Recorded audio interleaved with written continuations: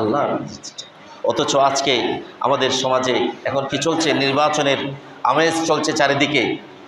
আমরা একটু ভালো থাকার জন্যে, কেউ এমপি মন্ত্রী হওয়ার জন্যে, সংসদে যাওয়ার জন্যে কত ধরনের প্রতিযোগিতা আছে নাকি নাই? এই প্রতিযোগিতা আবার আমার আপন ভাই, আমার আপন প্রতিবেশী, আমার আপন বন্ধু, সে তার মতাদর্শ, তার আইডিওলজি, তার চিন্তা চেতনা আমার সাথে মিলে না বিধায় আমি আমার লক্ষ্যে পৌঁছার জন্য তাকে খুন করার প্রয়োজন হলে খুনও করে ফেলবো। নাউজুবিল্লাহ বলবেন না? হচ্ছে কিনা বলেন? এই পশুত্বের এই ভাব যেন আমাদের মনে না আসে। আজকে নির্বাচন চলে গেলে কালকে আবার তো আমরা ভাই ভাই। গতকালকে যে আপনি আমার চরিত্র হনন করলেন, আমি আপনার চরিত্র হনন করলাম, এর প্রত্যেকটার জন্য জবাবদিহি করতে হবে কার কাছে?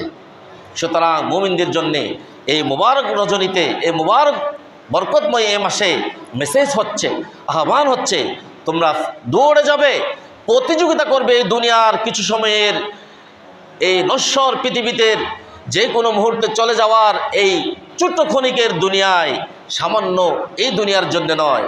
তোমরা প্রতিযোগিতা করবে বেশি বেশি কার দিকে? সাবিকু ইলা মাগফিরাতিম মির রাব্বিকুম। তোমরা দুনিয়ার সমস্ত কিছু পেলে কিন্তু আল্লাহর পক্ষ থেকে মাগফিরাত পাও নাই, কিছুই পাও না। আল্লাহ তাআলা আমাদের বোঝার তৌফিক দান করুন, সকল বলি আল্লাহুম্মা আমিন।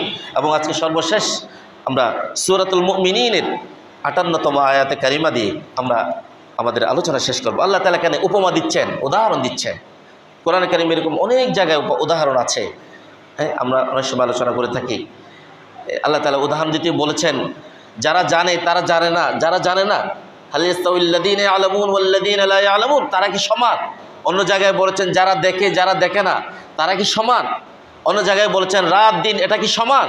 অন্য জায়গায় বলেছেন অন্ধকার এবং আলো এটা কি সমান? এই আয়াতে কারিমায় আল্লাহ তাআলা বলছেন